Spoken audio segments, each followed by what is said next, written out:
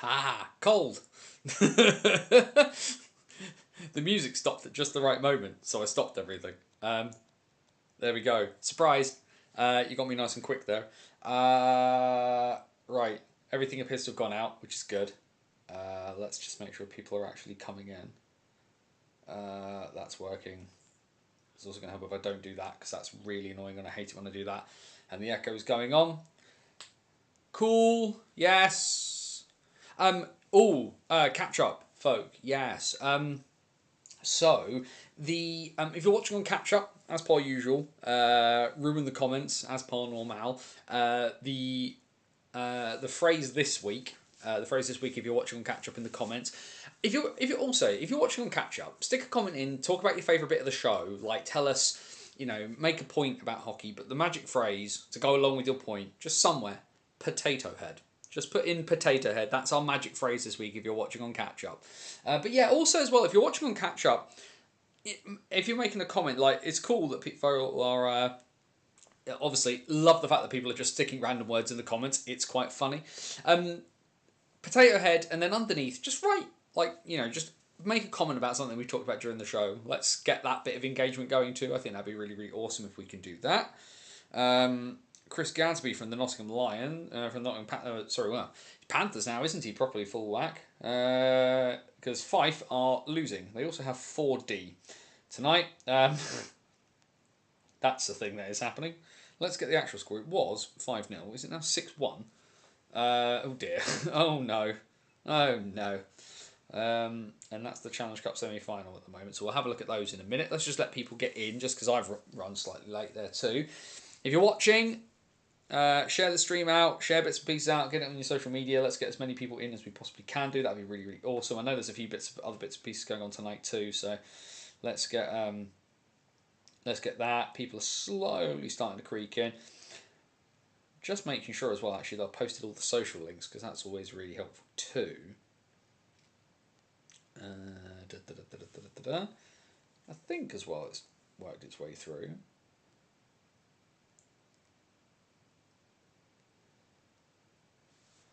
The thing that's because that's a different group. Let's quickly pop that in there as well. I was just like, why is it not there? The other thing as well that really irks me, is that if you post a link in Facebook, you have to press return for the bits and pieces to come up. It's really annoying, and I really don't like that. It just makes everything really, really fiddly. Because I thought I'd shared this as well, and stuff just doesn't seem to want to work today.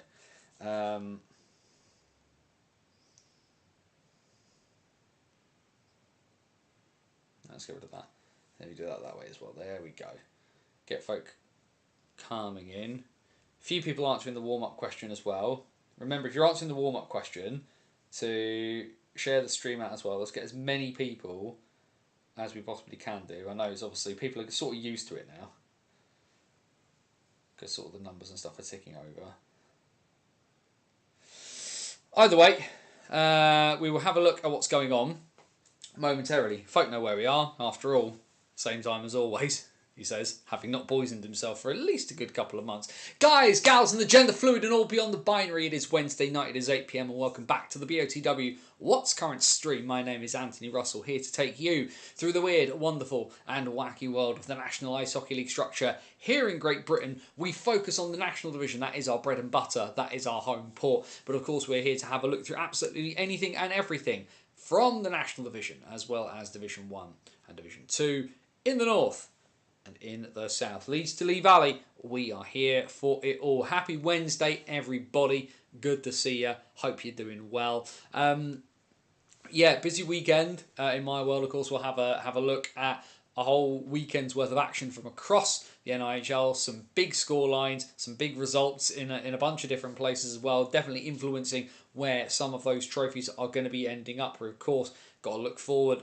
Certainly next week we'll be having a look at the National Division Cup final that's coming up. We're obviously not too far away from all the other cup finals as well, of which I'll be at least one leg of one of them.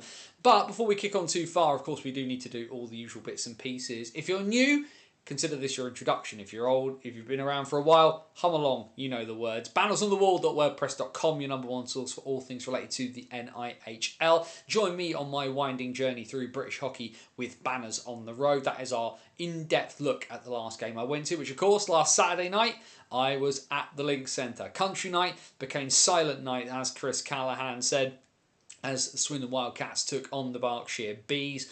So any game I go to like that, it gets a sort of good in-depth look. And the other thing, of course, you can rely on for us is hockey stories, long-form, in-depth bits of content, whether written or audio visual, looking at the movers and shakers of world hockey. We go from the 19th century to the present day, behind the Iron Curtain, into war, and beyond. Lots of fun bits and pieces for you to check out over on the website.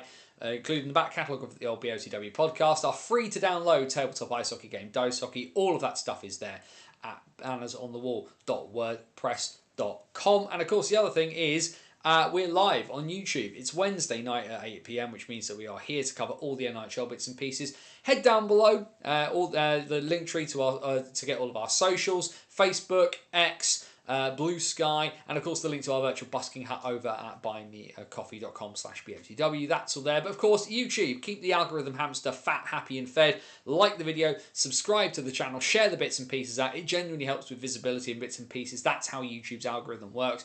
You want people watching some of your favourite hockey content? Then do one of the little bits and pieces. Subscribe to the channel, just pushing our way ever towards 500 subscribers as quickly as we possibly can. So if you can get on board with that, that'd be appreciated. But of course, the joy is you can catch up on YouTube whenever you want to, and I know some of you do. You've already had your secret phrase for this week, but if you're watching live, you get the benefit of the chat.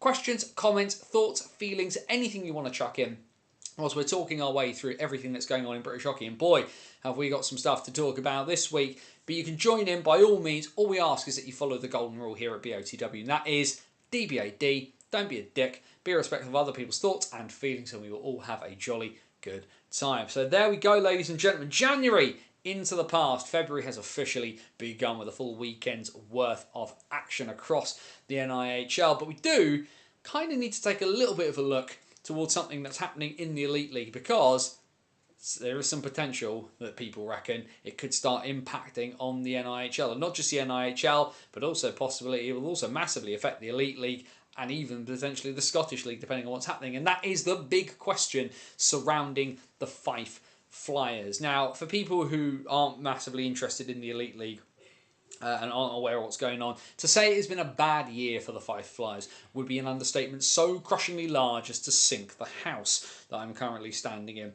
And to put it into context right now, they are currently 6-1 down after 12 minutes and 14 seconds in the first period of tonight's game away at Glasgow. And Glasgow have had some upheaval as well. They've literally just changed their chief exec. But Fife have had a pretty rotten year, all things considered. If we quickly pull up the Elite League table whilst we are talking, 32 games completed so far this season for the Fife Flyers. The Flyers have 8 points. They signed veteran coach Tom Coolan last season and carried him on into this season as well. They tried a bit of an experiment, signing a bunch of Kazakh players, but between the Kazakhs not settling, not performing, and a massive amount of injury issues into the bargain as well, it's meant that it's been a pretty torrid year. Coolan left, replaced by injured forward Johnny Curran, who is coaching along with general manager Todd Tusim helping out, because Curran was so hurt he couldn't skate, which was certainly a bit of an issue for a while. And they've generally just been pretty bad. The Flyers are on course still for the worst points total in Elite League history if they do not pick up at least two more wins. Sorry, they need to get to 11 points, so they need 2 wins to avoid that eventuality. All things considered. But with it having been quite a tough year and everything that's going on, a statement came out from the Flyers on February the 4th, which is yesterday, as I am recording this, from Tom Muir and Jack Wishart, who have been the long-time owners of the Fife Flyers. They took over back in the mid-90s. And we just have a quick look at it here.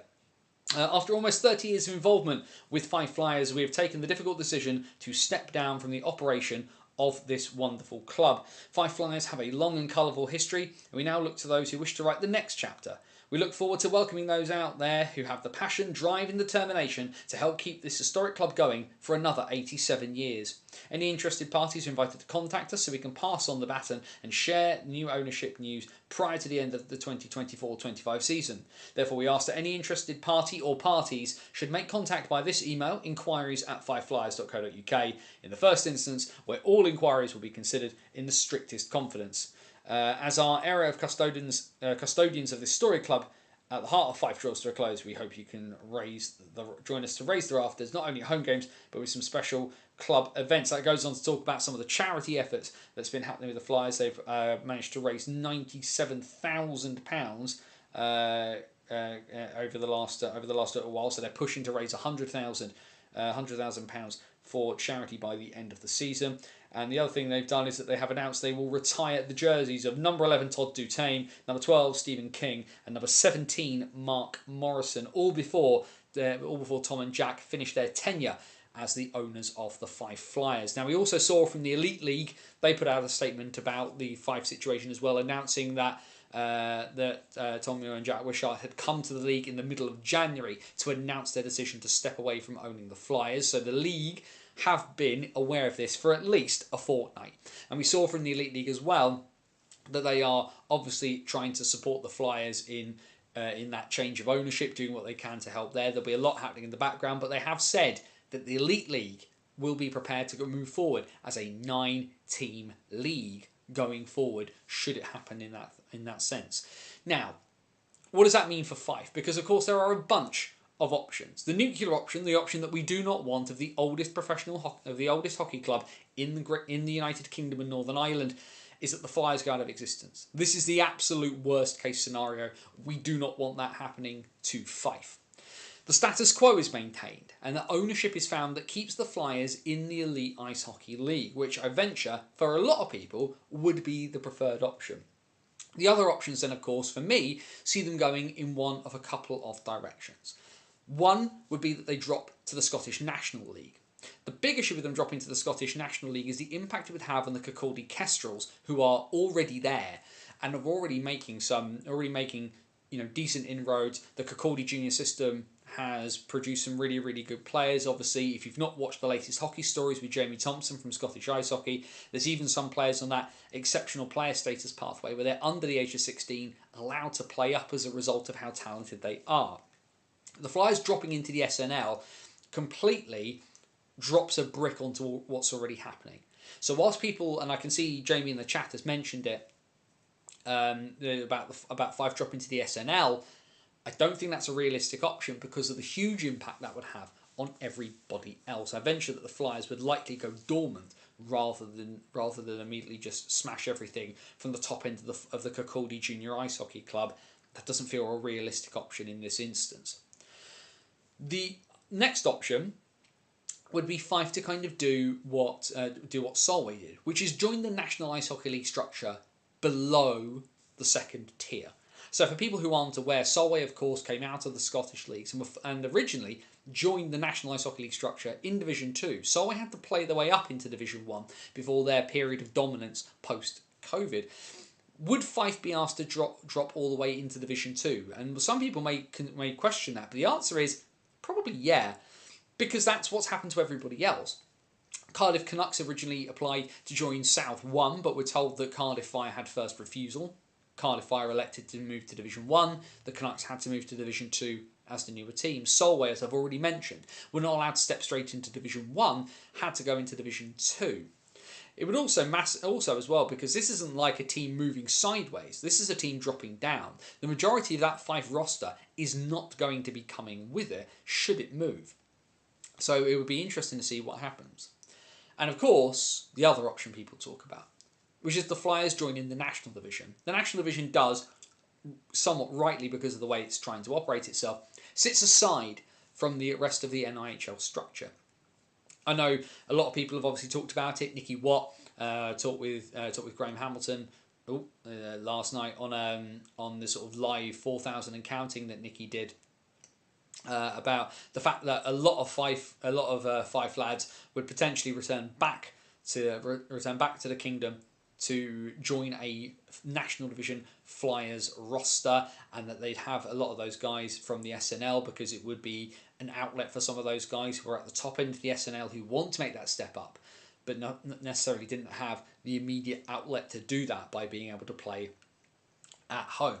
The Flyers joining the National Division, especially with the participation of Basingstoke still kind of up in the air, would probably immediately result in a Northern and a Southern Conference, which would immediately reduce some of the pressure of travel on some of those Northern teams, particularly Fife and Solway, even though Solway have done a massively great job in terms of allowing double headers. What we would probably see is conferences and more regionalised travel as a result. My personal feeling is I'm not 100% sure exactly where Fife land. And for me, I don't think any Fife team is going to end up in Division 2 by itself, because Fife in Div 2 by itself would be too much. When you think about the most southerly geographic team in North 2, it's going to probably be Coventry. And that is, even with one home and one away, that's asking a lot of literally an amateur team to travel all that distance. For me, Division 2 is out. If Division 2 is out, and they're going to make an exception for Fife, there's potential obviously of them joining North 1, and they can also probably enjoy Solihull rolling up to Fife with like 5 guys on the bench and nothing else. It leaves open the 3 major options. The nuclear option, and Fife disappear for a time indeterminate, whether it's a season or forever, and of course we don't want that. But the 2 more likely options are that 1, they stay in the Elite League, or 2, they join the National. And the thing I would say, and the thing I have said to a couple of people, is that people say it would be a disaster if Fife left the Elite League. Ultimately, the thing here has to be about keeping Fife going. Because this is the thing, people will put individual elements of the system above the system. Without the clubs, there is no system. There's no point being top of the heap if the heap is burning below you, right? So it's not a disaster if Fife leave the Elite League, because the Elite League clearly have the contingencies in place to be able to survive, and as a model have survived long enough where they can be able to look towards the next club or clubs that would wish to join to take it back up to 10 or even potentially to 12. A club leaving the Elite League to join the National Division because they cannot sustain Elite League hockey anymore isn't a bad thing, for 2 reasons. 1, because ultimately we don't want the oldest club in Britain to die, and 2, because the National Division is not bad. It's not a bad product. It's not a bad thing. And one of the things I voiced last night in the chat of Nicky's stream was the Elite League is in the position that it's in. And it's in the position that it's in by a lot of hard work. You don't have to like the Elite League, but you need to respect the fact it survived for a pretty decent period of time. The problem is where the Elite League is right now, a 15 import, 90, bench capped league. Is it in the position that it's in, and is that position sustainable? Everyone's worked really hard to get to this point. I don't dispute that, but has the hard work masked the fact that the position they're in isn't sustainable? And people will rightly say, well, the Elite League doesn't want to get worse. It doesn't want to make the product worse than it currently is. But we do have to ask ourselves a question, and especially it's a question we need to think about when it comes to the national team, is do we have to step back to step forward? That's not ideal. It's not a good thing. Everybody wants constant growth. It's the failing of most economic policy around the world that people seem to think that everything just goes up and up and up forever and never goes down. Or they forget that it goes down. And some things, and hockey in particular, sometimes goes in cycles. And maybe, just maybe, we could elect to control that cycle rather than boom or bust, rather than the boom and bust of the Super League going to pot and the Elite League falling apart, or not the boom and bust of the red hockey era that crashed the English Premier Ice Hockey League. Actually, British hockey could say, we need to take this on the chin. And we're going to have to go through the storm, but we can manage our way through that storm by working it well, rather than just closing our eyes and running into the fog and hoping we don't run into the lamppost as we do it. Now, ultimately, if by any chance any Fife fans are watching, much love, much respect. I sincerely hope that your club gets itself sorted out, because Lord knows there's enough of us on this stream and me here that have spent far too long not being able to watch my team for whatever reason. And one of the things I'd forgotten, having been on the Billingham podcast the other week, was I'd forgot the forum had shut, and I'd forgot there had been no Billingham hockey for a couple of years whilst they rebuilt the forum. We do not want to lose Fife. We do not want to lose them. And it is good for British hockey that they can find a home.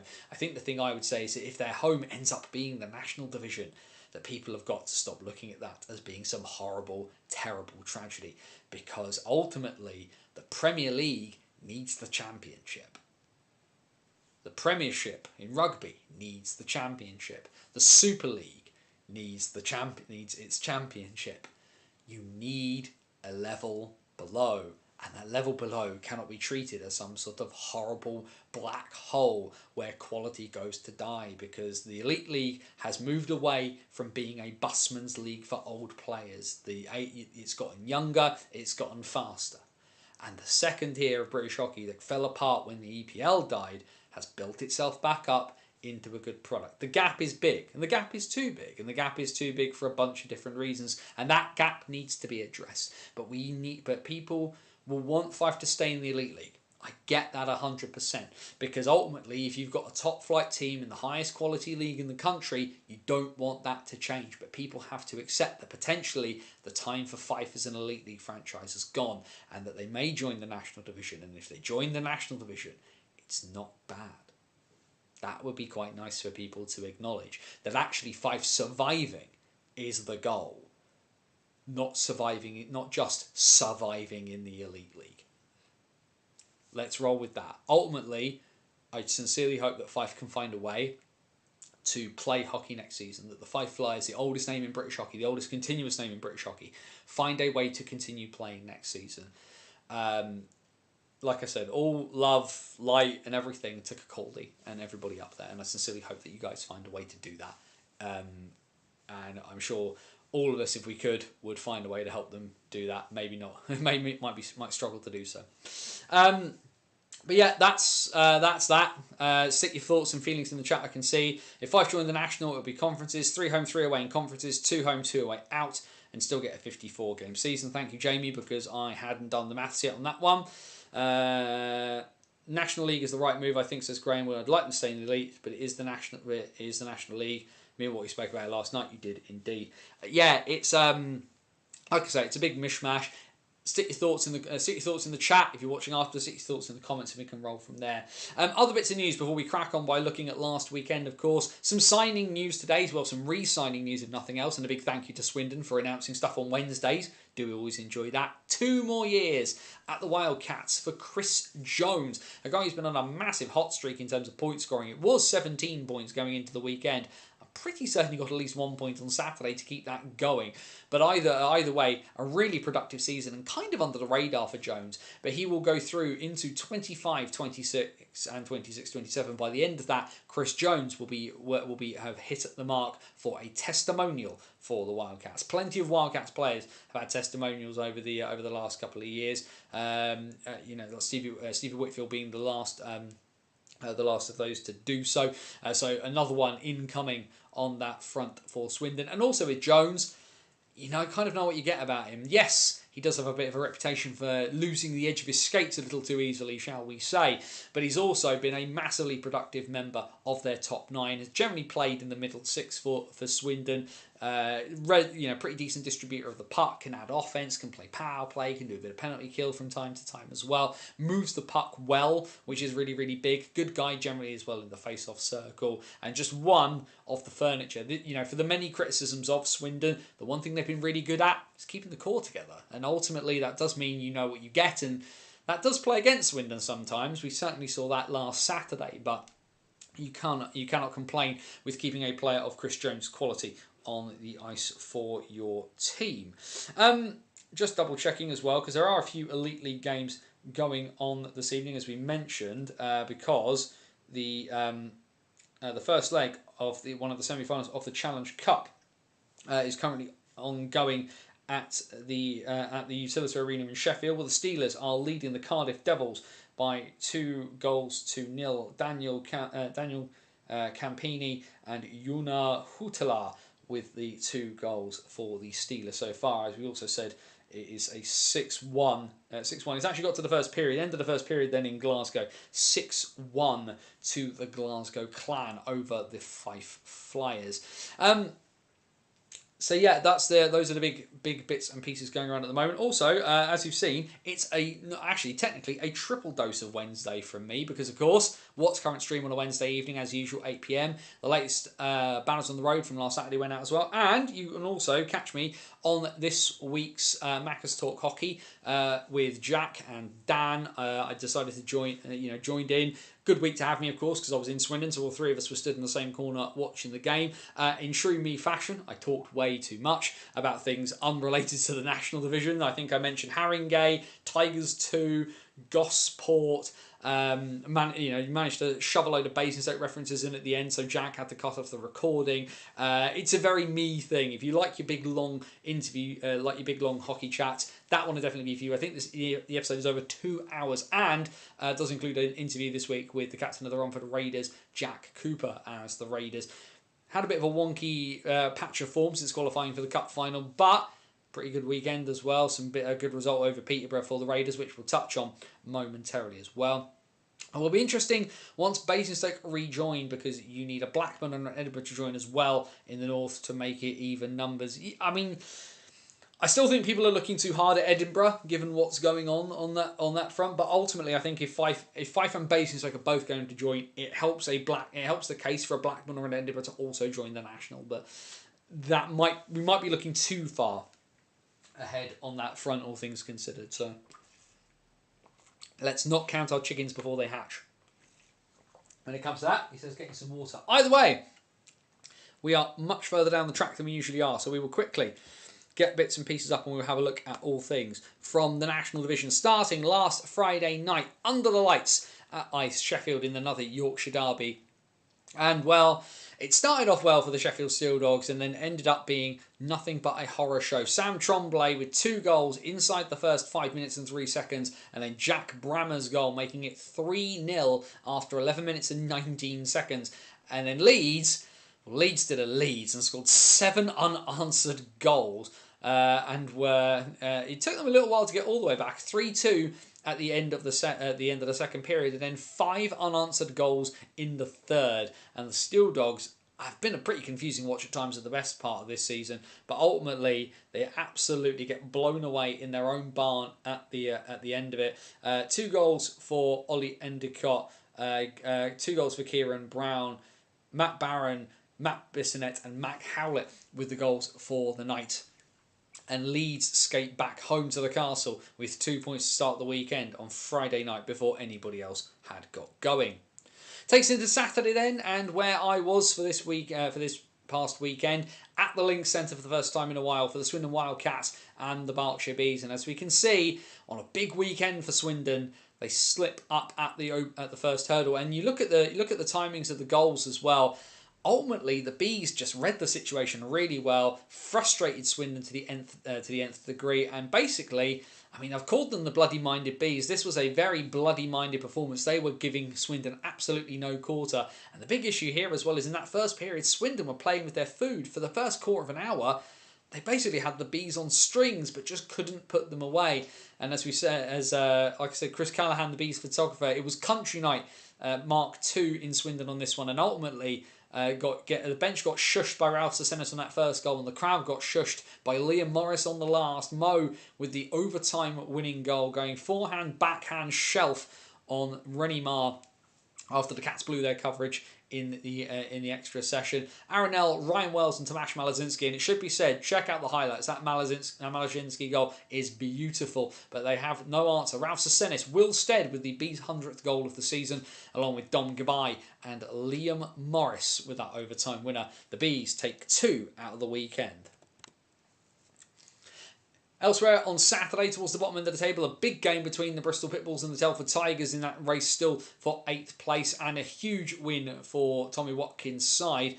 They were 2-0 up inside 7 minutes thanks to Scott McKenzie and Devon Skaleski. Mitch Walensky, who's made a pretty productive start to his time in Bristol, getting himself on the board to make it 2-1. But James Smith with a beautiful goal that removed Tommy Napier out of his shorts, and a second of the night from Skaleski at the death, making it 4-1 to the Tigers and causing Bristol fans once again to scratch their heads as they lose another big game against the team around them. The Steel Dogs, well, they had a tough one on Friday night, but they managed to get a result on the Saturday, handily putting the Hull Seahawks to the sword over at Ice Sheffield. A 6-2 win for Ben Morgan's side. Nathan Ripley, 2 from Sam Tremblay, as well as goals from Jonathan Kirk, Walker Summer, and the player coach Ben Morgan, Bobby Chamberlain, and a goal from Alex Kent, taking some shine off of it and getting the 2 goals for the Seahawks. But it is 2 out of 4 on part 3 the end of Saturday night for Sheffield.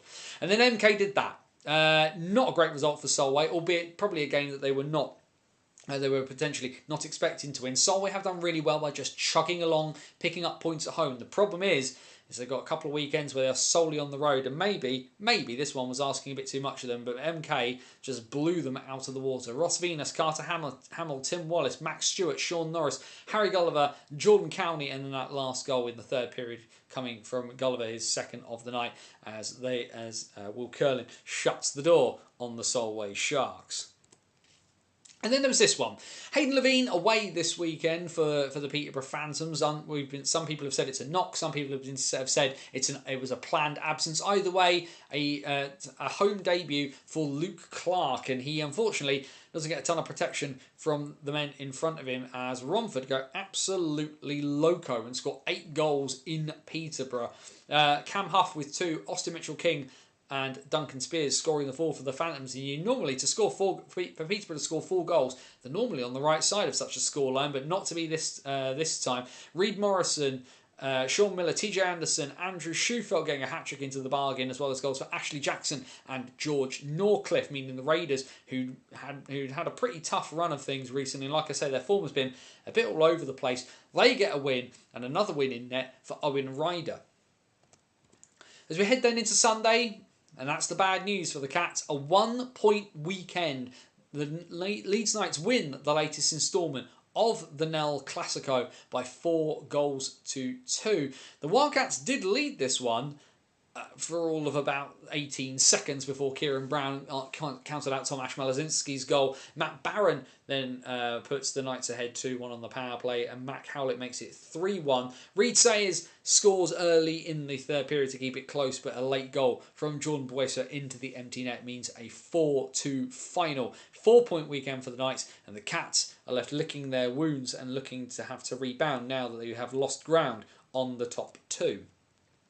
A big 4-point weekend though for the Romford Raiders, pushing themselves further away from Solway and causing a real headache for Martin Grubb's side. A 0-point weekend, back-to-back losses when they really didn't need them, but given the results that were happening around them, as now they're much more in that fight for 8th spot than they probably would have liked to be. Andrew Schufelt, 2 goals from Jake Sylvester, as well as goals from Sean Barry and Reed Morrison doing the damage for the Raiders, and back-to-back wins for Owen Ryder in net for Romford. Goals for the Sharks coming from Stuart Kerr and Callie Robertson.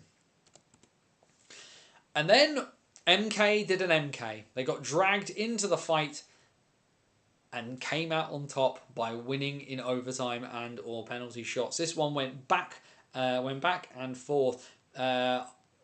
MK scoring 3 goals inside the first quarter of an hour, 3-1 up at the end of the first. Hull end up 4-3 up before Milton Keynes come back, and a tying goal in the last minute from Jason Hewitt gets the Seahawks a point, but the extra goes back to the Thunderdome. An overtime winning goal from Max Stewart steals the extra point and gives the Lightning a 4-point weekend. A massive result given how Leeds had managed to perform. Owen Sobchuk with 2, Jason Hewitt with 2, and Emil Svek with the goals for the Seahawks. Patrick Forsberg getting 2 goals on the night for the MK Lightning. Malik Martelli, Toms Rutkis, Jordan Cowney, and as we mentioned, Max Stewart with the overtime winner. And then the Bees, well, a frustrating one for them, all things considered. 3-0 to the good at the start of the third period, and the Sheffield Steel Dogs get 4 points out of a 6-point weekend for them. They come all the way back. Marcel Balash, Dom Gabai doing the damage. Balash with 2 goals to the player coaches 1. And like I said, the Bees 3-0 to the good, but goals from Ben Morgan, Walker Summer, and a late power play goal with the netminder pulled for John Kirk gets the Steel Dogs into the extra session. And then Sam Tremblay, so often as he does, finds the back of the net, the only man to score in the shootout. And the Bees had 4-point weekend in their hand. They get 3, but they'll still feel like it's a point lost rather than a point gained on this occasion. And then the last game of the weekend that we can talk about is this absolute gong show where defending went flying out the window. But ultimately, the bottom line is a couple of things here. One, Telford were 5-0 up in this game and nearly lost because Peterborough pulled it back to 5-all. But Telford win. And Telford get a 4-point weekend on a weekend where Solway got no points at all. The Tigers are back within a point of the Scottish side. David Thompson, Scott McKenzie, Devon Skaleski, Harry Ferguson and Eric Henderson making it 5-0 by the 21st minute before Tom Norton, Louis Kinniston, Nathan Salem, Yanni Larkinen and Jasper Foster bring it back to 5-5 in the 46th minute. But then a late power play does the damage. Eric Henderson getting his second of the night and then completing his hat-trick inside the last 90 seconds. A 7-5 win, a massive, massive weekend in the race for the 8th spot for the Telford Tigers. Which then leads us onto the National Division table, as we can see there, and MK, top by a point, having played the same amount of games as the Leeds Knights. They are both on 40 points. 14 games left for them. 13 games left for Swindon, who are now 3 points back of the Knights and 4 points back of MK after what in the context of the title race could be described as a disastrous weekend for Aaron Nell's side. Seahawks in 4th place on 49 points. They have 2 games in hand over Sheffield, who were in 5th place on 48. Peterborough 45 from 40. Romford 41 from 40. And then that race for 8th has now really hotted up. Telford, one game more than Solway, but only a point in hand for the Sharks. They need to win that game in hand when it comes, because they still, well, mathematically Bristol aren't out of it either. Neither are the Bees, but they would need a lot of results to go their way. Solway, 8th place, 34 from 40. Telford, 33 from 41 in 9th on the outside looking in. Bristol, 28 from 41. And the Bees, 24 from 39. And it's the Bees who will be in action this Thursday night. A bit of an interesting one. Thursday game at Peterborough. 7:45 face-off time tomorrow night between the Phantoms and the Bees. A really, really fascinating one. And like I say, the fact they're playing on a Thursday is just a bit odd. But either way, word is Hayden Levine will be back between the pipes for the Phantoms for this one. Whether he does or not, well, that one remains to be seen. That then takes us into Saturday, and only a 4-game schedule this coming Saturday, including the game that I'll be at. I'll be back joining Joe Scutts on commentary at the Hangar for the Berkshire Bees and the Telford Tigers. Yes, that's the game I did a couple of weeks ago as well. So good, Joe and I are running it back apparently. Will the result be the same? The Tigers comfortably won that one, and the Bees, after a weekend where they will probably be a little bit frustrated, but ultimately scored a massive upset. Can they reverse their fortunes in this one? Elsewhere, Hull versus Romford, Swindon versus Solway in the Battle of the Mars. And then you can see it there, 3rd down on the line. And this one could be huge. MK Lightning Leeds Knights in the Thunderdome on Saturday night. And then, of course, they go back to it the following night. A huge weekend in the destination of the National Division title this weekend. Leeds, MK at the Castle on Saturday evening, and you have to think, if one team takes 4 points out of this, it could be curtains in the long run. Peterborough take on Hull, Romford take on Sheffield, Telford and the Bees will about face and do everything again in Shropshire, and then it is Bulldogs? No, I'm not Mitch Wilinski. It's Pitbulls versus the Sharks on Sunday night in Bristol.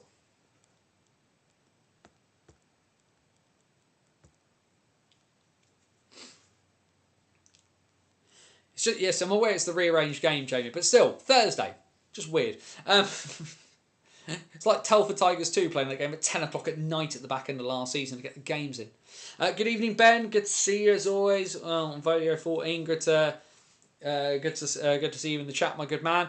But yeah, huge weekend in the context of the National Division title this weekend, with a home and home between Leeds and MK right at the start of half term as well, so the kids can get really involved. Or at least it's half term in my neck of the woods. I don't know whether it is in other places, but it's certainly going to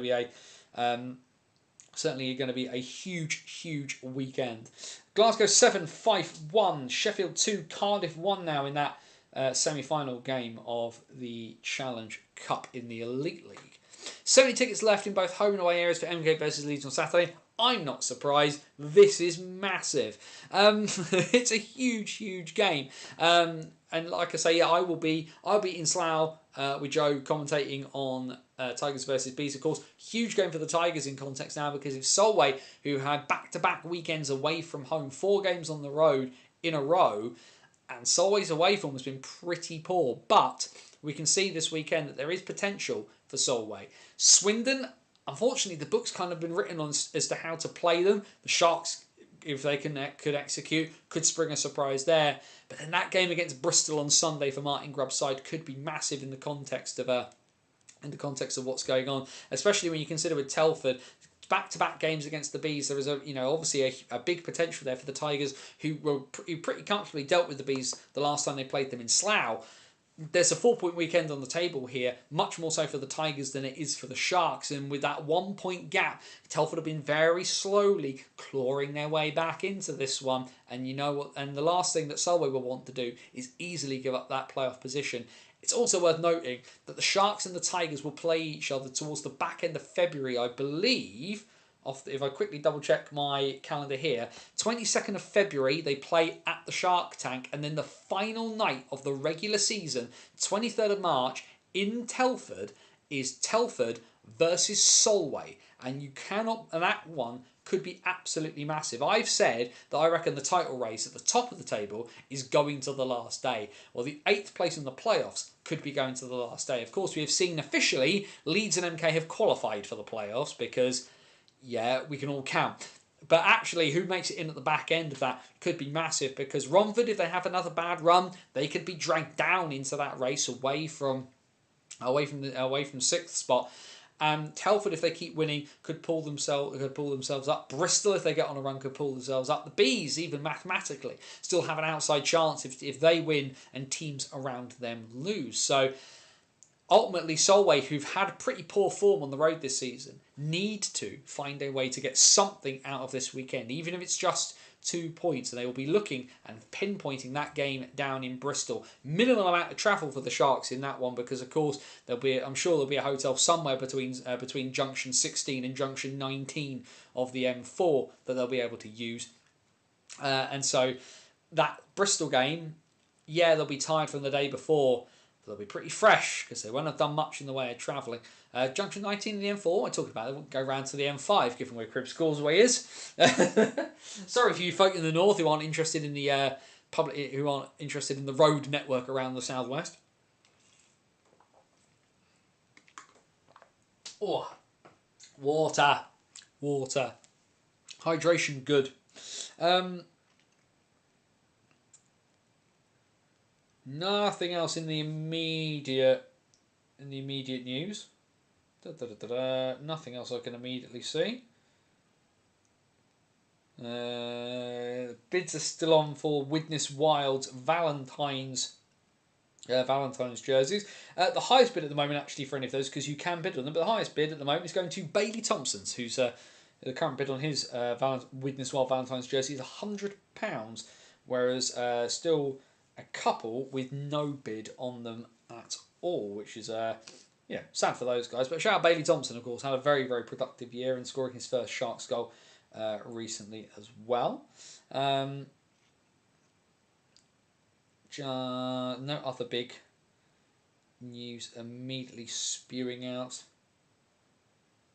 at me that I can see. No, nothing else there. But yes, questions, comments, thoughts, feelings on the National Division. What do we reckon? So, big weekend. Like I said, huge weekend, both at the top and the bottom of the playoff places. And like I say, all things considered, we could see the title decided in this one, because you look at some of the running. It's going to be really tough, of course. MK and Leeds both got to play Hull in this as well. And Swindon are just going to be not going to give up. They're going to be lurking in the background, potentially to claw back at themselves into that race. Only 4 points back. That's 2 defeats for MK. And it's entirely possible that they could, Swindon get a 4-point weekend and MK get a 0-point weekend. Yes, obviously that would mean that Leeds have pulled themselves away, but it does claw Swindon still further into that race as well. Plenty of hockey still to be played. Leeds versus MK on Sunday is also both game in hand on Swindon. Yeah, exactly. So that will, that will be apologies. Yes, I can count, can't I? Duh. There's one game weekend for Swindon. Apologies. Just something out of my eye line that I need to. Apologies there. Somehow a daddy longlegs crawling around the wall of the library here, which is pretty impressive. Normally get away without too many bugs in here for whatever reason. Maybe they just don't like to read with the sort of the amount of books that we have in here, all things considered. Either way, we will. Like I say, just having a. I'm feeling quite worried, only because the tech's working so well this week. It's unnerving when that happens, isn't it? Either way, let us have a squiz on and let's go and join in things in Division 1 and Division 2. So, before I start Division 1 and Division 2, I usually start in North 1. You've got a minute while I have some more water. What league do you want to start in? North 1, South 1, North 2, South 2. Pick a division, and we're going to start in there. So you guys got like a minute or so to get your thoughts into the chat. Have a quick vote. Which division do you want me to start with? North 1, South 1, North 2, South 2. Where should we start this week? Because I always do, having a format is great, but let's throw a bit open. Let's have a bit of audience participation. Which league should we start with this week?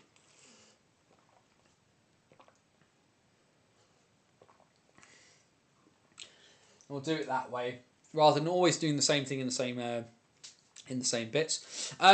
Yes, whilst you guys are picking a division for me to start with, this Saturday, as I said, I'll be in Slough for Bees versus Tigers. I then should be back the following weekend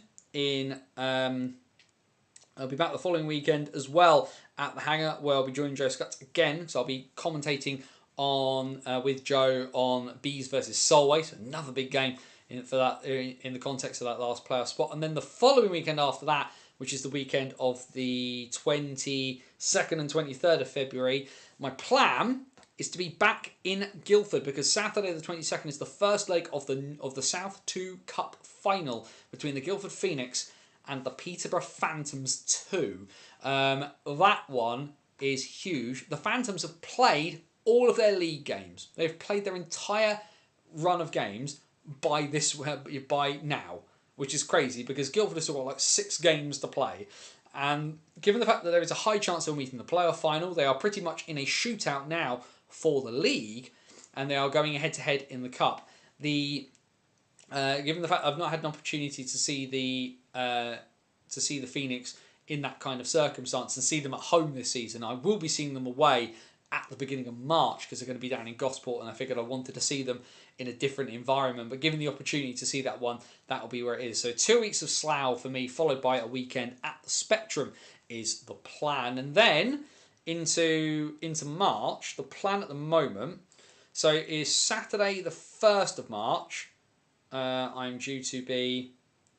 Saturday the 1st of March, I should be in Gosport for, like I said, Solent Junior Devils versus the Guildford Phoenix. And then, if I've gotten my maths correct, he says, quickly checking this one. Get your votes in quickly, folks, for what league. Otherwise, I'm just going to toss a coin between the people who've commented. We need to go to March, because I believe my plan, if I can get it to work... Not a second.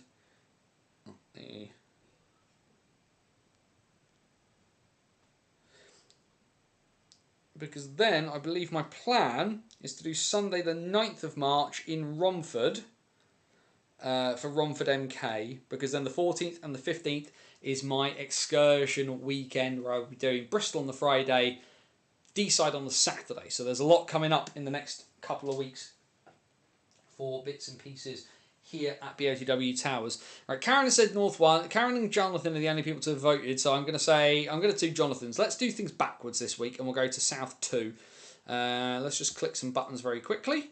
We'll do it in the reverse order that what we usually do, and do it that way. So let's click there, and then let's crack on and have a look at what's going on in the rest of the National Ice Hockey League. So we will start then in South 2, because we can.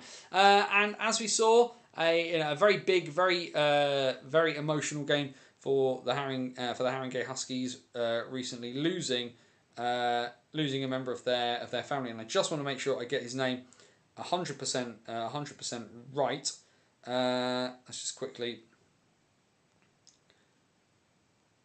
pull this up, because like I say, the one thing I don't want to do is just announce somebody's name incorrectly, because it's the father of Stuart Appleby, the Haringey's captain, Glenn Appleby, unfortunately passing away relatively recently. So it was a big night at Ali Pali to honour his memory, and well, they were run pretty close all in all, but they managed to do the man proud. A 4-3 victory for the Huskies. A tough night though for them. The 3-0 to the good inside 27 minutes. Ben Beldekos, Courtney Grant with his first goal for the Huskies, and a goal in the 18th of the season from Connor Smith, making it 3-0. And then you never count out the Invicta Mustangs. This is the lesson we've all learned. 2 goals from Sam Oliver and 1 from Aaron Ferris in the third period, tying things up with just under 6 minutes to go. But then Matt Ganas, of course, having moved across recently from the Lee Valley Lions, with the game-winning goal at 57-41. And the Huskies take the full 3 points from the fixture. Pretty high, as you can see from the shots there, pretty high. A 93-shot game between the two sides, of course. Dylan Phillips coming out on top compared to Kieran Wyatt.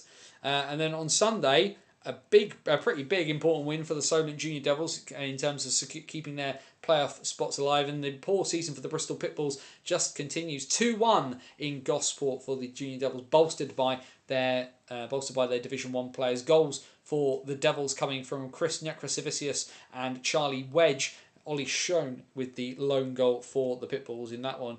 37 stop effort, 36 from set 37 for Rory Martin Edwards. And then on Sunday, well, as we said, Peterborough are done in Division 2. They've played all of their games already, and it's up to Guildford now, with all of their games left, to run the table. And one of the bigger tests for them, they beat Haringey. That was a pretty stern test, but also a stern test from the Oxford Rising Stars, who have tripped teams up across the course of this season. And Michael Willock put the Rising Stars ahead early, and Guildford decided to wake up and said, no thank you, we're not playing this game again. Josh Sherrington, Scott Bailey, and Liam Kennington and Luke Tull making sure that by the end of the first period it was no longer a contest. 2 goals for Sherrington in that period, as it was 5-1 after 20 minutes, and then goals in the third from Josh Abbott and Paul Petts doing the damage. A 7-1 final for the Phoenix, who outshoot their opponents by 51-24. Elsewhere on Sunday though, Peterborough's last game of the regular season is now done. They defeat the Chelmsford Warriors by 5-2, but that is it for the Phantoms. Their league campaign comes to an end at the beginning of February, and they are in as comfortable a position as they can be. They have done everything that they can. All they can now do is look on and see what Guildford do. Ultimately, this scheduling is appalling. There is no way that any team should be finishing their league campaign this far ahead of anybody else. It's not sensible, it's not reasonable, and I really would encourage the folk who do the fixtures for Division 2 to try and work out a better situation. Yes, I realise both of these teams are in rinks where they have sides ahead of them, but this sort of a gap between one team finishing and another team finishing is unacceptable. It can't be allowed to go on much longer. And yes, I know it is tough, but that is still not an excuse. As we can also see, though, a pretty tough night for the Chelmsford Warriors. Luke Conley facing 62 shots in the end compared to 16 shots against Vinny Graziano. Goals for the Phantoms, 2 from Nathan Long, 1 from Connor Pollard, 1 from Taylor Romeo and 1 from Nick Martin. The goals for the Warriors coming from Harris McClellan and George Taylor. This upcoming weekend then in Division 2, not many games on the docket, but 3 on Saturday. Games in the league, the Bristol Pitbulls host the Lee Valley Lions. They'll be hoping to get themselves on the board there, the Bristol Pitbulls. That's at 5:30 at Cribbs Causeway. And the march towards the Division 2 title, going back to back again for the Guildford Phoenix, goes back to the Spectrum. They take on the Cardiff Canucks. In the Eddie Johnson Memorial Cup, it's Chelmsford hosting Haringey. All of those games on Saturday at 5:30. The lone game on Sunday is in the league. The Lee Valley Lions take on the Chelmsford Warriors. If we scoot back to the top of the fantastic box scores document, remember you can get all of these over at Joe Scutts' website, nhlstats.wordpress.com. Click on box scores, pick your division. For divisions 1 and 2 in North and South, you can get the in-depth look at absolutely everything. As we can see there, though, that in spite of losing to the Guildford Phoenix, the Oxford Racing Stars are qualified for the playoffs. The top 5 are now all in. Solent, Cardiff and Chelmsford are on the inside looking out. Bristol and Lee Valley on the outside looking in. But it's not completely done for the Pitbulls yet, but they do need a few things to go in their favour. The Warriors with 2 games in hand. Let's then go up to North 2 and see what's going on up there. And Sutton, of course, that unbeaten run taken away from them last weekend, losing at home to Telford. And unfortunately for the D-side Ducks, they were the ones immediately in the firing line. The shutout was eventually broken by Charlie Nicholson in the 55th minute, but not before the Sting went 9-0 up. And it was a good old-fashioned battering. The Sting outshooting the Ducks by 58-13 on the night. Charlie Nicholson with that lone goal for the Ducks. In terms of the Sutton Sting, 2-goal nights for Adam Brooks-Smith and Ryan Apsley.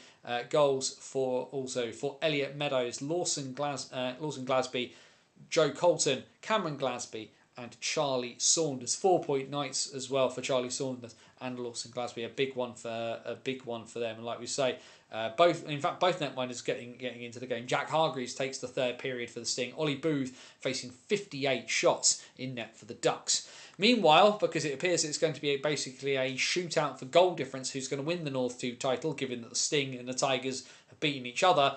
Well, the Tigers do their part, and they win by 6-0 at home against the Billingham Buccaneers, shutting out their visitors in pretty comprehensive fashion. Another hat-trick for Vladimir Luka, who's only, of course, not played that many league games, but already has 10 goals. I think it's 3 outings. That's pretty crazy numbers. Taylor Stanton, Dan Mitchell, and Liam Bartholomew with the other goals for the Buccaneers.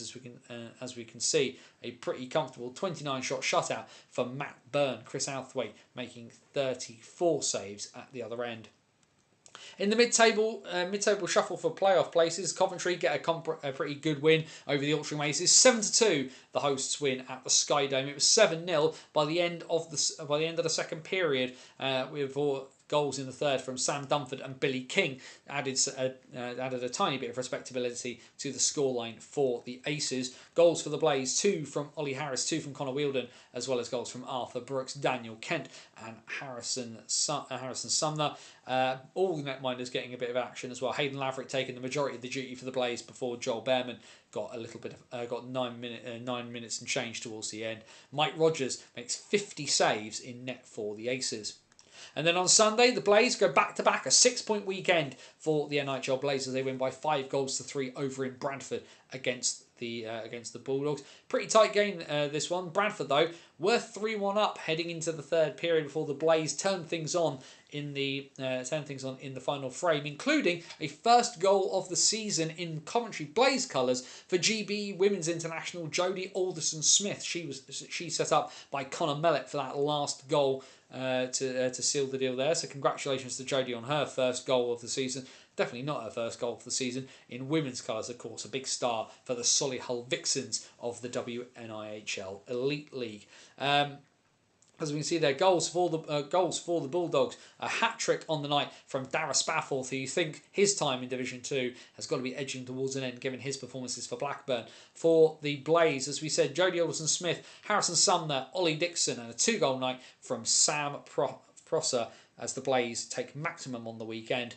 And the Ducks, well, the Ducks were close. They were 2-1 up at one point in the first period, but Altrincham just having that little bit extra, and the Aces win by 5-3 over the Ducks, who still only have 2 wins on the season so far. But in some of these games, the Ducks are slowly getting closer and closer. Andrew Chappell, Chris Jones and Reece Howells for the Welsh side, and the winning goals for the Aces coming from Kane Morin, Jake Frost, Josh Milnes, Ronnie Grimes and Ollie Gotts. Derby time then, it was as it was across this weekend at points between Nottingham and Sheffield in the NIHL. And the Nottingham Lions too get themselves a good win against the Sheffield Titans by 5-2 in a Lions side that didn't have many of its big hitters from their Division 1 side, but still managing to eke out a result. 2 goals on the night for Michael Berehowski and 2 for Harry McGarvey and Jake Fisher, with the other goal for the Lions. The goals for the Titans coming from Joe Gray and Miles Jones. So this upcoming weekend then in North 2, 3 games on Saturday, including the second leg of the semi-final of the North 2 Cup. Of course, slightly out of sync due to ice time. The Sutton Sting won the first leg in Altrincham by 10-6. They will meet the Altrincham Aces at 4:30 p.m. at Ice Sheffield to decide who takes on Telford. Elsewhere in league action on Saturday, the Kingston Sharks going to get that lovely coveted 12 p.m. midday face-off slot against the Sheffield Titans, and 5:30 p.m. the Tigers will have one eye on what's going on over in Sheffield, as they have to face the challenge of the Bradford Bulldogs at 5:30. On Sunday, 5:30 p.m. up at the Forum for the Billingham Buccaneers and the Kingston Sharks. The Aces are back to action. Will they have something over on Sutton by the end of Saturday night, going into their league encounter against the Sting on Sunday? It remains to be seen. And then 7:20 on the small pad at the NIC, the Nottingham Lions 2 take on the Coventry NIHL Blaze. And as we said, there's the league table, and Telford, well, they still have that one game in hand, but it is virtually on a case of goal difference now to win League 2. The Tigers with a vastly superior amount of goals scored, but and that could potentially be taking them to the title, unless, of course, they lose that game in hand. The top 5 now all qualify for the playoffs. The Sting, the Tigers, the Buccaneers, the Coventry Blaze and the Altrincham Aces are all officially in. The Kingston Sharks should join them relatively soon, but that last playoff spot is still pretty much up for grabs. The Lions are on 14 points from 20. The Sheffield Titans are 4 points back with 2 games in hand. The Ducks are going to need to put a really big run together to make the postseason this time. Into South 1, and as you can see, a pretty big result right off the bat, especially when you consider how tight things have been in the top 4. And the Solent Devils again have to try and pull themselves out of the fire. They get something of a comeback, but it's not enough. They were 3-0 down heading into the third period. Danny Ingoldsby, Ziggy Beasley and JJ Pitchley all having Streatham ahead. Liam Coleman and Alex Murray giving the Devils hope, but too little too late, and Streatham head back up the A3 with the maximum number of points. And as you can see, a pretty tight game in terms of shots, all things considered. 31 shots faced by Aaron Taylor, 40 by Danny Milton. Considering some of the numbers of shot counts you see in at Gosport, it's positively low, all things considered. But either way, Streatham get the points. Romford had to make sure they didn't slip on the banana skin that is the MK Thunder, and the Buccaneers do not. They're into the playoffs as a result, fully officially qualified.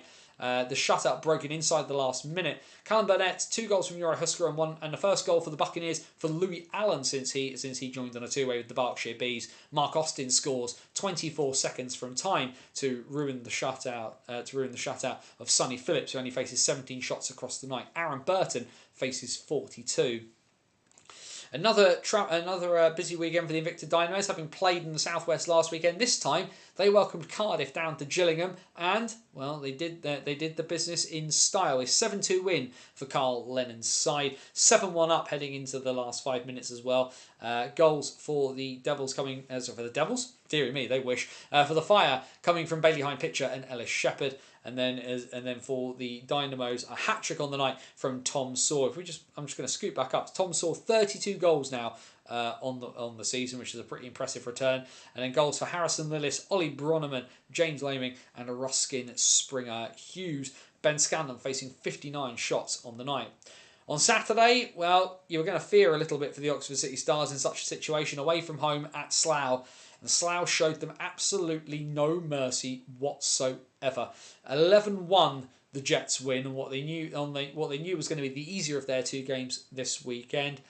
2 short-handed goals, 2 power play goals in the night as well for the Jets. Jake Williams gets the lone goal for the City Stars in this one, in a game that Slough, is that 73 to 16 they outshot the City Stars. A hat-trick on the night for Sebastian Moore, 2 goals for Dylan Halicka, and then goals for Lewis English, Kyle Bradburn, Jack Goodchild, Christian Moore, Juha Lindgren, and Jacob Soper in another heavy defeat for the City Stars. And we've already scooted down too far, so you can see the result there. But ultimately, 73 shots and 23 just on Morgan Parsons in the last period alone. The defence not helping the City Stars on this occasion. And well, derby time on Sunday at the Ox Pens, and this one was a lot closer, as was the last game between Oxford and Swindon at the Ox Pens. Swindon put themselves into a pretty comfortable position. They were 4-2 to the good. The Stars got themselves back into the lead before a later equaliser, and then the overtime winner from Oscar Sagan, his 8th goal of the season, doing the business. And as you can see there, goals in this game, not just for Jan Kostel Jr., but Jan Kostel Sr. So not only playing together, but scoring together as well. Goals for the City Stars in this one, 2 for Johan Persson, and then Jake Williams, Alex Tidings, and Casey Wilson with the other goals. The Wildcats on the board thanks to Charlie Turner, Ethan Taylor, Oscar Sagan with the overtime winner. 1 goal for Jan Kostel Sr. and 2 goals and a 3.9 for Jan Kostel Jr. A 30 save performance on the night from Ben Clark-Leach. Ross Miller makes 41 saves on the evening. MK and Invicta about faced, left Gillingham and headed back to the Thunderdome. And the Thunder, well, they were close, but not close enough in the end. MK leading this one 2-1 at the end of the first period before Invicta decided that they were not going to be doing any of this. Alistair Barrow and Hayden Hagar having them ahead over Aaron Connolly's goal. But Tom Saw's 35th of the season, followed up by goals from Evan Chard and Louis Colvin, mean that Invicta get a 6-point weekend to cement themselves firmly in the mid-table of South 1. Nikolai Dival getting another 60 minutes in nets. Congratulations to him on that one. Aaron Burton makes 39 saves on the evening. And then you can see a pretty big one on Sunday. And the Jets get over the hump and they beat the Red Hawks on the high road. Streatham 3-2 up heading into the 3rd period. And Slough turn them over. Henry Aitken scoring in the Henry Aitken and Danny Inglesby scoring in the first period after a goal from former Red Hawk Ben Ely Newman, set up by another former Red Hawk in Brandon Miles. Jacob Minter equalises in the 2nd period before a goal from the returning Josh Ely Newman, finally back on the ice after injury. Having spoken to Josh on a couple of occasions, lovely bloke, really pleased he's fit again, making it 3-2. But then goals in the final period from Christian Moore, from Sebastian Moore, and then an empty netter from Dylan Halicka put the Jets back in the driving seat, and now it really blows the title race. It really blows the title race in South 1 wide open. This upcoming weekend then in South 1 sees, of course, 5 p.m. down at Gosport, because it always is, but another big game with title implications and also a bit of pride heading into the Cup final. It's league action this time, but still the Cup finalists will go head-to-head. The Solent Devils and the Chelmsford Chieftains at 5 p.m. 5:15 at the Sapphire for the Romford Buccaneers and the Cardiff Fire. And then 5:30, Streatham look to put last weekend's disappointment behind them, and they have to face the Swindon Wildcats. Sunday then, it doesn't get easier for Streatham as they have to travel to Chelmsford, to the Riverside. 6:15 at Ox Pens for a big game towards the bottom of the table. Oxford versus MK. 6:30 at the Link Centre for the Swindon Wildcats and the Romford Buccaneers. And at 6:45 down in Cardiff Bay, all things Devil related. Fire versus the Solent Devils. So we pull up the South one table, as we said. Everybody down to 6th has qualified, so congratulations to the Buccaneers for getting themselves in.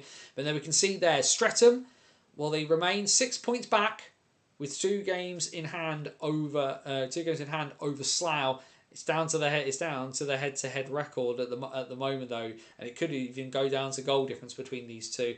Chelmsford are 7 points back of Streatham, having played the same number of games, as the title race slowly becomes more of a 2-horse race.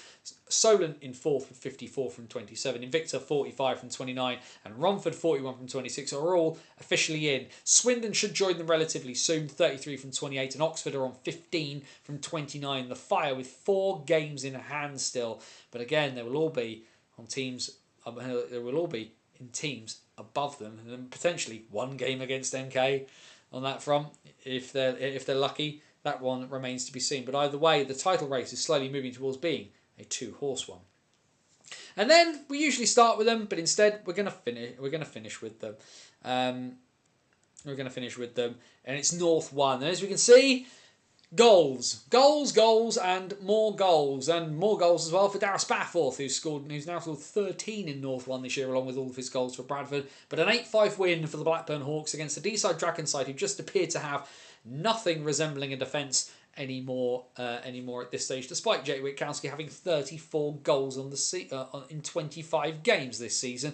But either way, the Hawks, who are still trying to keep the pressure on Billingham at the top of the table, they get the 3 points in this one. 2 goals for James Royds, 2 for Darragh Spafford, and then goals from Jacob Lutwich, James Riddock, Adam Barnes and Andy McKinney. Goals for the Dragons in this one. 2 from Jack Witkowski, a 5-point night for him, as well as goals for Ross Kennedy, Cody Ogden and Gary Simpson. As we can see there, though, not great nights for either netminder. A good night, though, for Ollie Thomason. He ends up with a 38 save night.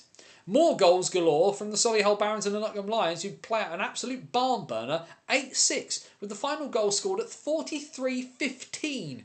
So not only everybody defended for the last 13 minutes for the last sort of 16, 17 minutes of the night in this one. But ultimately, the game was tied at 6-all in 35:03 before Solihull just edged themselves away. So one that the Lions will probably kick themselves about.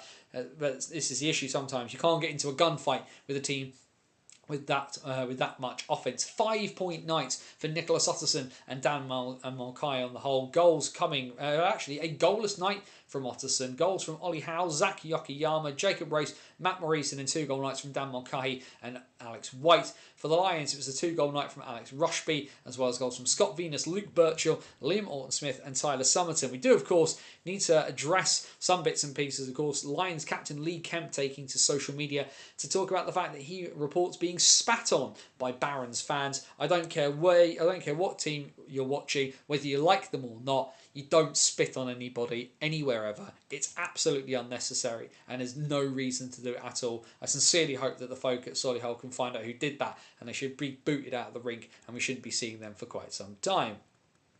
Elsewhere on Saturday, the Jets pick up a big win on the road. Not traditionally their strongest, although their form at home has been a bit wobbly this season. They've been much more.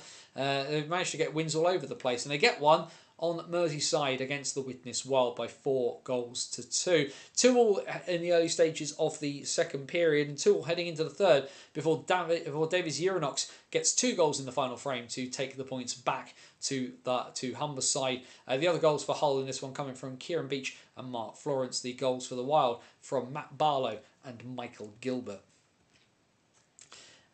And elsewhere on Saturday, a pretty sizable win for the Leeds Knights. They've had a tough season, but sometimes when it clicks, it really clicks for them. A 7-0 victory at home at the Castle over the Sheffield Scimitars. Fritz Heinzler with 2 goals on the night, as well as goals from Michael Daneko, Noah DC Colton, Alex Mitchell, Dylan Harcourt, and a 16th goal of the season for Owen Dell. As you can see there, power play goals galore. 3 power play goals at the death there, and a 29-shot shutout for Dan Norton on the evening. As the Knights, as we quickly shoot up, they managed 52 shots for 7 goals. Matty Blore and Nick Winters having to do some real work in that one. And then on to Sunday, and a bad weekend for the Scimitars. No points. They get put to the sword again. They do at least score this time, thanks to Marcus Thacker, but they lose 6-1 at home to the Nottingham Lions. A couple of goals in this one for Theo Thomas, as well as goals for Tyler Summerton, Ewan Woodward, Alex Rushby, and Toby Fisher. As the Lions edge closer and closer to fully confirming their playoff spot, they outshoot the Scimitars by 54-20 in this one. Not, however, a 6-point weekend for the Leeds Knights either. They have to make do with just Saturday's win, as the league leaders put them pretty handily to the sword. They do make them work for it, but ultimately the Stars with that little bit of extra quality. The game was at 2-all, and it was even 4-3 to Leeds at one point early in the midway point of the second period. But Billingham for a reason. Ian Brown at 36-44 hits 50 goals for the league campaign and gets an extra one to finish with 51 in a game where the Stars take no penalty minutes, but do take all the points. The Knights goals coming from Ollie Wagg, Michael Daneko, Owen Dell and Fritz Heinzler. As we mentioned, a 2-goal night for Ian Brown, now 51 goals on the campaign. Other goals coming from Lucas Dowdle, Callum Wilkinson, Michael Elder, Conor McNulty, Chris Sykes and Bren Greenhalgh. As Luca Tassadri back in net, taking his first 60 minutes since returning from a medical issue that's kept him out for the better part of a year. He makes a 50-save performance in this 8-4 loss. Great to see you back out there, Luca. Trust you're doing well. Mark Turnbull concedes 4 goals on 31 shots. And then as we go down there, a 19-goal weekend from the Solihull Barons and a much improved defensive performance. They win up in North Wales against the Deeside Dragons by 11-3. It was 3-0, 6-1, and then 11-2 in this one for the Barons. The Barons are certainly getting themselves in goal-scoring form as they head towards the playoffs. The league title probably out of reach of our friends from the Midlands and Hobbs Moat Road, but ultimately it does look like they could bring some surprises. Nicholas Otterson hits the 30-goal mark for the campaign. Dan Mulcahy on 38 goals now. Jake Witkowski is on 35, and a hat-trick on the night as well from Zach Yokoyama. The other goals for the Barons then, 2 on the night from Dan Mulcahy, 2 from Matt Maurice, as well as goals, as we mentioned, for Nicholas Otterson, Brandon Anderson and Alex White. 5-point nights for both Yokoyama and Otterson. That is an absolutely terrifying combination at North 1 level. For the Dragons, Jake Witkowski with a goal, as well as Ross Kennedy and Michael Clancy. Goal scorers galore, but ultimately the Dragons need to find some comfortable and confident defence from somewhere, and somewhere fast.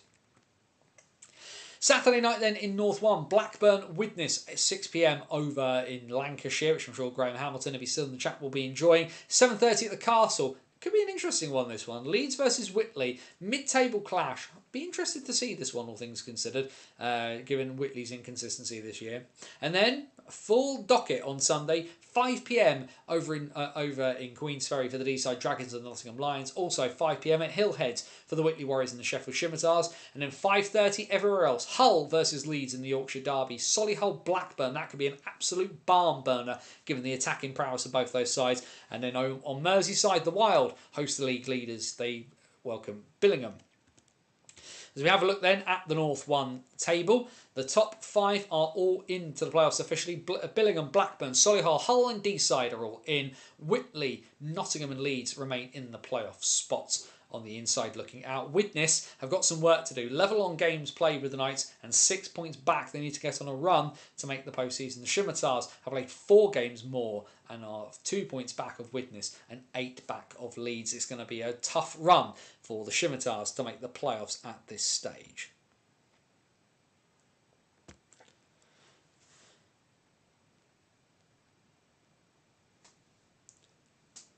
So there we go then. Everything from everywhere across the NIHL. We've looked at absolutely every single game, and we went backwards. So thank you to Jonathan for the recommendation there. We talked about everything from across all the games across the NIHL. That means we open the door.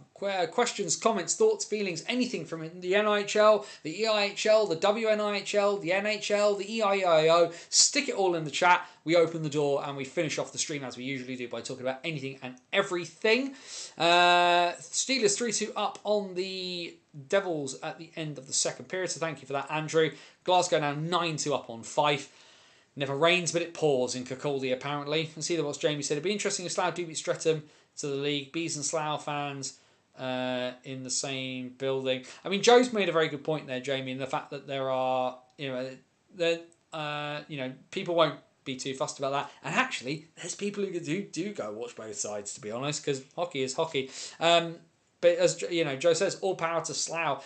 I mean, to beat Streatham to the title, given the quality of that Streatham side at South 1 level, yeah, more power to them. They've obviously augmented the side this year, brought in some veteran presence. I mean, Timo Lindgren's now 30. I kept forgetting Timo Lindgren was 30, which made me feel very old.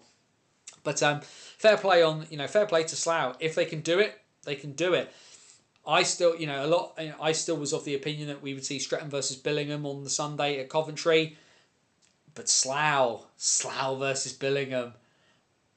The Moore brothers and Jack Goodchild against Ian Brown and Michael Elder and Chris Sykes and Roland Gritans. Like, there's a lot That would be really interesting. And of course, remember the last time Slough made commentary, the 2019 finals weekend, where the Sam Talbot and Sean Norris inspired Slough Jets battered the living daylights out of Widnes. That was a lot of fun. Andrew has chucked in the WNIHL results, as he usually does, because he's an absolute gentleman. In 2 North, a 7-3 win for the Whitley Bay Beacons 2 over the Caledonia Bees. They win by 7-3. Down in the South, Slough with a good big away win at the Oxford Midnight Stars. The Sirens winning by 4-2. In North 1, a 7-1 win for the Kingston Diamonds Division 1 side over the Sheffield Shadows. In the South, wins for Cardiff. They beat MK by 5-2. And a 2-2 tie at the Riverside between the Chelmsford Cobras and the Swindon Top Cats. In the North 2 Cup, a pretty hefty win for the Leeds Roses. They beat the Kingston Diamonds Division 2 side by 15-0. Sheffield Shadows' second team, they beat the Widnes Wild Women by 7-3. Upcoming then this weekend, from what we can see from Andrew, in South 1, the Firebees versus the Bristol Huskies, and the Cardiff Comets versus the Swindon Top Cats. Good local derbies there. In 2 North, Whitley Bay Beacons 2 versus the Caledonia Bees, so they will have outfaced from last weekend. And in 2B South, Coventry Phoenix versus the Lee Valley Vampires, which is objectively a brilliant name for a hockey club. Sunday in 1 North, Nottingham versus Vipers versus the Sheffield Shadows, so Derby Day in the North in North 1. 2A South between the Solent Amazons and the Peterborough Phantoms women, and in the South 2 Cup, Streatham Storm's second team will do battle with the Haringey Greyhounds. So of course, plenty of those games will be free to enter if you're around and you're free. Go check those out. There's the big thing I was leaving to the end to have a chat about, which is commentary tickets. Commentary ticket sales. Of course, everything is on sale, and people are buying the tickets. I know Joe was in the chat talking about the fact that people would go irrespective of the price increases and such, and they just seem that they are doing well. I suppose the only thing I would say is don't buy tickets that aren't in your blocks. So yeah, that's the thing to remember on that front. All things considered. Jamie said there, reminder, please order your playoff tickets for your blocks, as MK will take whatever is left on Friday, which is why they went last, Jamie, because then it will stop everybody moaning about it, all things considered. Ultimately, there are multiple teams in this league and everybody should have a crack at doing it. I did hear very briefly, listen to a little bit of Slapshot Syndicate today before they before coming on, and they talked about the fact that they felt that the club should go back to selling their tickets, which would obviously remove some of that element of people buying tickets elsewhere. You're asking Planet Ice to cede control of something. Chances of that happening are incredibly minimal. That's not how Planet Ice's style. They like to be in charge, and also that 12% charge, which I still maintain they don't have a justification for, would be out the window if they did such things. But I don't see why they would have stopped that system. It did work pretty well in the past, and sometimes change is not a bad thing, but change for change's sake is a bad thing, and sometimes you have to wonder about that. Either way, I will be in commentary, whatever. So it'll be great to see folk up there as well. Pretty certain Joe's going to be there. So it'll be there'll be quite a few of us. I know the boys from Slapshot Syndicate are going. I know you'll see both people from the variety of the sort of podcast and blog bits and pieces that you enjoy. If you see the people that you like to watch and listen to, say hello, be nice. Don't buy them too many beers, drink responsibly. Just add it to the price. Thank you, Dave, which is what we said last week as well. Don't tell us it's a thing, just give us the money. I ain't here to do maths. That's your job. You work out how much it costs, you tell me how much it costs, and I'll give you the money for it, in such circumstances. So yeah, always a bit of a strange one, that one. Should have a quick squiz of any other news, just making sure. Beers. Yes, Kieran, buy me a beer.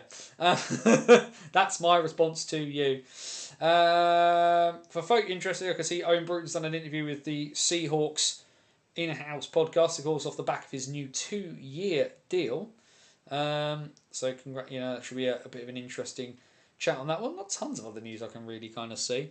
Alexander Ovechkin, of course, creeps ever closer to being the NHL goal scoring record. Some pretty big trades as well. Hope all well. Yes, I think as far as I'm aware, Ben, everyone appears to be well. We hope you are well as well on that front. Of course, we obviously talked about it last week on the show, the passing of Tobias Elder from the Ice Bear in Berlin.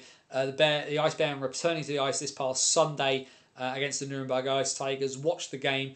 Pretty emotional encounter, as you can appreciate. There's a variety of things to kind of check out from that game if you go hunt the videos out, but handled brilliantly well by Berlin, handled pretty well as well by his former teams as well. Whether it was actually had Dusseldorf and Munich playing each other this past Sunday as well, which was obviously not planned, but quite given the fact there were two of his previous teams, pretty. It's pretty sort of serendipitous to have that happen on the night sort of Berlin was coming back to the ice to kind of do those bits and pieces. One of the things they did do was they sort of scrapped a lot of the pre-game hoo-ha in Berlin, and the first goal that Berlin scored, instead of playing their usual goal song Hallelujah Berlin, they played what was Tobias's favourite song, which was If I Ruled the World by Coldplay. So and you can see Tyroning when he scored that opening goal, just a weight both sort of lifted, but also lifted off of him. It's certainly a very emotional moment for everybody in the Bundeshauptstadt on Sunday. But yeah, so love and light to his family as they continue to kind of move past that. And like I said to folk last week, if you've got those battles that you're fighting too, cancer doesn't think, cancer doesn't feel, cancer just kills. So keep your chins up if you're dealing with that sort of thing. Keep rolling. Folk are behind you. Reach out for the help if you need it. I'll hopefully be there lurking around the MK block, standing more than likely. I mean, you don't have to lurk. I mean, lurking makes it sound like you're in the shadows. You probably want to be in the light watching the game, Jamie. But then again, all things considered, given the playoff format, again, we saw MK miss out last year. There's a high chance another one of the big hitters misses out again. There's also a really high chance we just get the top four, all things considered. But a lot, there's a lot of hockey still to be played in the regular season. What if Solway managed to find a way to win away from home and win all their home games? Solway could end up having an absolute barn burner, win all 5 games 9-8, and end up qualifying for Coventry as a result. You never know. That's the joy of hockey, is that you can have an idea and you can still be very, very wrong. That's the thing about hockey. You can be incredibly wrong from time to time, as I am frequently. And if you are wrong in such a way, you just have to hold your hands up about it.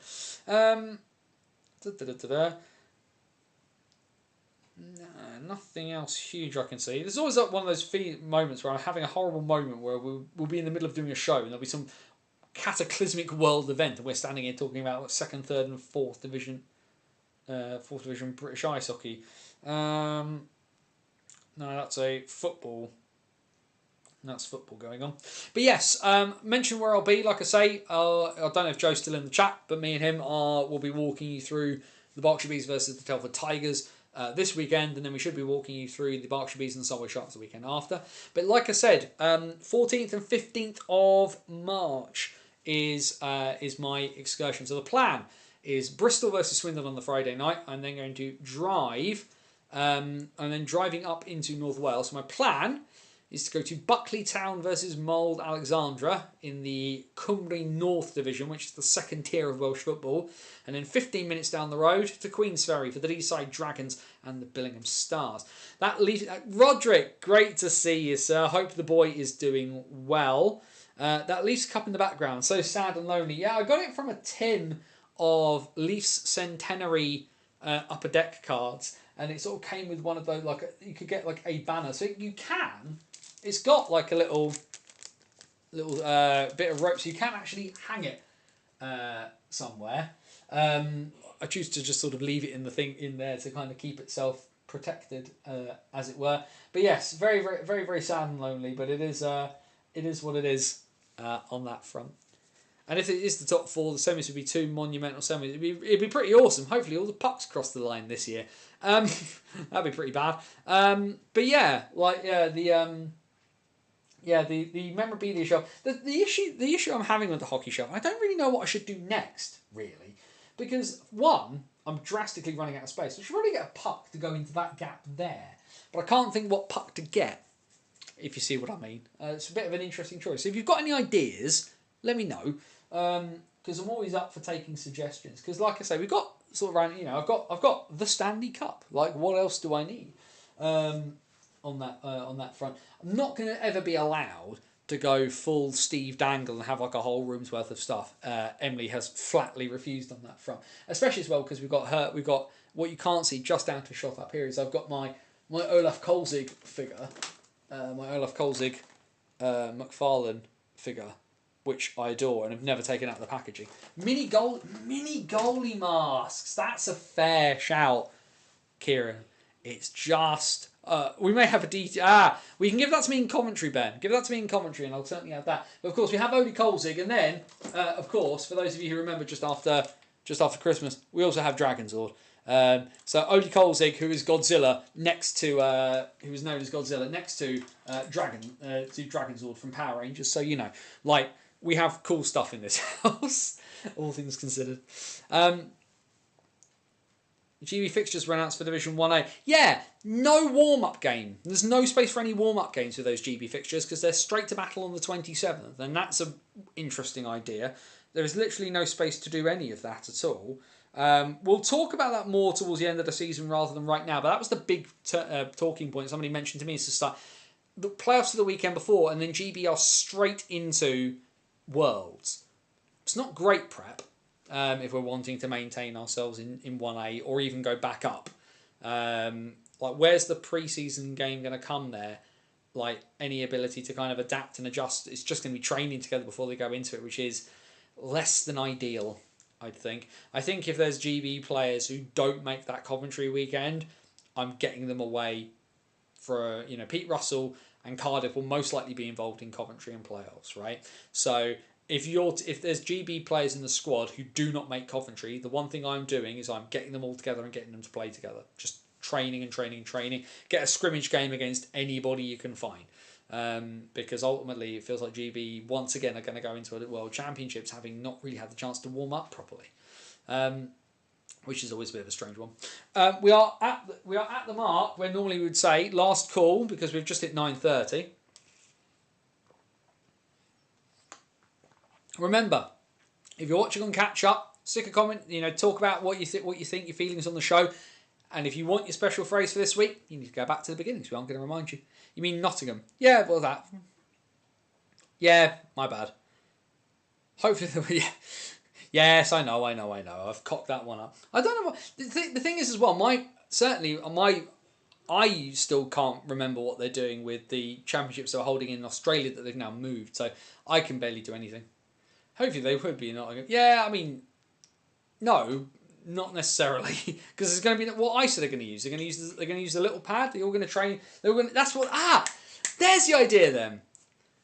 Playoffs, and then next door, all of the GB players who aren't involved in playoffs can take on the Nottingham Lions. Let's do that. We'll stream that. We'll have Dylan Pitt commentate.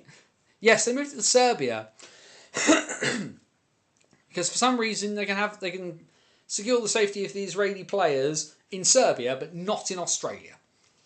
Mostly just because the police are going to charge through the nose. I think is probably the bigger issue for Ice Hockey Australia is that the police have basically turned around and changed their charging propensity for what they can charge, and it was going to cost the IHA through the nose. Either way, actually, that's the other good bit. We're in February. AIHL season before too long. Always a great thing.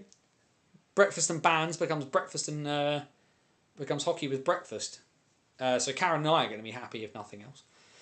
Although there's no word on AHL TV yet. Just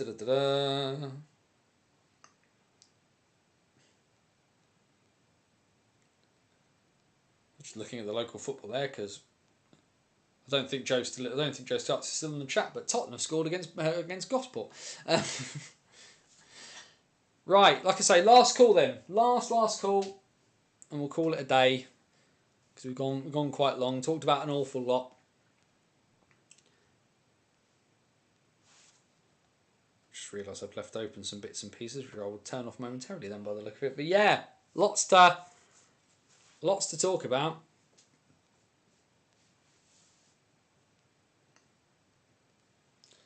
Costs are an issue, I think, but also lots of protests in Melbourne. Serbia seemed largely uninterested in Israel for the U20s while I was there. Oh, fair enough. We're floating an idea of a threes tournament in memory of Pete, just one of many ideas. I mean, that'd be a fantastic thing to do. For folk unaware, Volio 14 is Ben, Benley from Drop the Puck, and of course the Drop the Puck team lost Pete Sheffield recently, of course. Really, really sad. Pete was from having done the last couple of commentaries, Pete was just a really, really nice guy. Fantastic in terms of sort of sorting out a lot of that tech. So, the Pete Sheffield. The Pete Sheffield threes would be, I think, would be a fantastic idea. Whether you did that like D-side or Witness or something like that, I think that'd be really, really interesting. The trouble is though, Ben, is would you and Gary play? There's what I want to see. Get a ringer of a goalie, get a proper goalie ringer, right? And then you, Gary, and one of Pete's, or get Pete's boys, because I know they both played in Blackburn's juniors, and then one of you, and then you and Gary can be the sub and just run on. That I'd pay for that. That'd be fun to watch. But yeah, keep us posted, Ben, because if you guys do something like that, coward. But keep us posted, Ben, because if you do something like that, of course, I'll massively promote that on there. It's going to be odd being in commentary this year and not see Pete running around plugging things in or trying to be trying to help out. But like I say, every time I've done bits and pieces, Pete was really good at just the token southerner in the crew, and he looked after me no different than anybody else. Always made sure I was in a good spot to kind of do things. So I'll be certainly thinking of him when I get back to Coventry this year. Waiting to see what happened to all the Sydney players. Thought there'd be more signings in the other team, snapping them up since they are out for the year otherwise. I think the thing as well is it's very AIHL to kind of not really announce. I know there's been a few bits and pieces have been announced. I saw one of the Cabaras has gone from Canberra to the to the Central Coast, but it's not very AIHL, Karen, for teams to kind of announce individual bits and pieces like that unless there were really, really big signings. I mean, like the biggest and most interesting one will be Australian national team goalkeeper Anthony Kimlin and where he goes, I think. But I don't think we're going to see a lot of I think guys will kind of get announced unless they are, like I say, unless they're the really top end guys like the Kuleshov brothers, like Kimlin. Maybe some of those, some of the top end guys on both sides might get announced elsewhere. But I think otherwise it'll be like everywhere else in Australia. Here's your team, surprise. And ultimately, Karen, you and I both know Melbourne, both the Ice and the Mustangs are going to pick up some people in Melbourne. Right, I think we need to call it. It's pretty late, the later than we usually go. We will call it there. Bannersonthewall.wordpress.com, your number one source for all things related to the NIHL. Join me on my journey through British ice hockey in the Banners on the Road series, your in-depth look at the last game that I went to, and I'll be in Slough this weekend. Can the Bees get some revenge from the Tigers from a couple of weeks ago? We will find out this weekend, and you will then get the in-depth look from the commentary box this coming week. Also as well, our Hockey Story series, long form pieces of content that take you behind the scenes as well as let you speak to the movers and shakers and give you the best in-depth look in terms of hockey history from the 19th century to the present day, behind the Iron Curtain, into war and beyond. You can get that in written and audio visual form from Hockey Stories, as well as the back catalogue of the old BOTW podcast and our free to download tabletop ice hockey game, Dice Hockey. All of that, nearly 14 years worth of content available on the website bannersonthewall.wordpress.com. Facebook is facebook.com/bannersonthewall. If you like your bits and pieces of your Facebook feed, you can go there. Twitter, X, whatever we're calling it, is at BannersOTW, the best place to catch up with me and my sort of rolling commentary on British and world ice hockey. Blue Sky is at bannersonthewall.bsky.social. But the best thing about it is you can just go down into the description, hit the Linktree link that's got all of the links to all of our socials, as well as the link to our virtual busking hat over at buymeacoffee.com/BOTW. Banners on the Wall is never going behind a paywall, but it costs to do bits and pieces. And so if you enjoy what you do, if you want to support and you want to support in a monetary way and you can afford to do so, go chuck some money in the hat. If you don't want to give money, it's absolutely fine. All we ask then, just share something out, share the stream when it comes out, share a link when it comes out, hit retweet, hit repost, whatever you want to do. Because of course getting things into people's eyes, social media runs on algorithms. The more people that share, the more people see stuff, the more we can get bits and pieces rocking and rolling. But of course the best place to join us is Wednesday nights here on YouTube. Head down, if you haven't already, hit the subscribe button. We're trying to push our way towards 500 subscribers before the end of the season, which will probably be a bit of a big ask, but let's go for it anyway because we don't give up that easily. And also, like I say, if you go to the YouTube channel, interviews, game reports, all kinds of crazy bits and pieces, and maybe maybe there's some other bits and pieces that we can try with, as the summer rolls around, do some more experiment with formats and tech and bits and pieces like that. There's a bunch of stuff we can do. But subscribe to the channel and you can join that. And then, of course, back here every Wednesday night throughout the remainder of the season, 8 p.m. Wednesday night, the BOTW What's Current stream, the first, best and only show that live takes you through everything from across the NIHL. There we go. Another week done, another load done, and it looks like this weekend is going to be huge in the destination of the National Division title. There's plenty of exciting things going on across all the divisions. Peterborough finished in South 2. Will Guildford catch them? In North 2, it looks like goal difference will decide the title.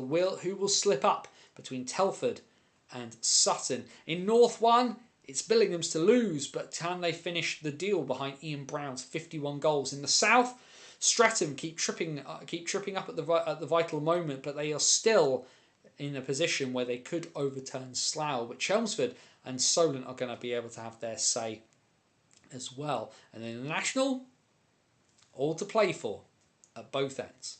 Be happy. And if you can't be happy, then wherever you are, please do whatever you can to please be safe. As my friend Scotty Watts would say, take care of yourself and somebody else. For bannersonthewall.wordpress.com, this is Anthony Russell saying stay safe. And so long till next time. If you're in Slough on Saturday, do come say hello. Otherwise, enjoy your hockey where you find it. And join us back here next Wednesday night, 8 p.m. for the BOTW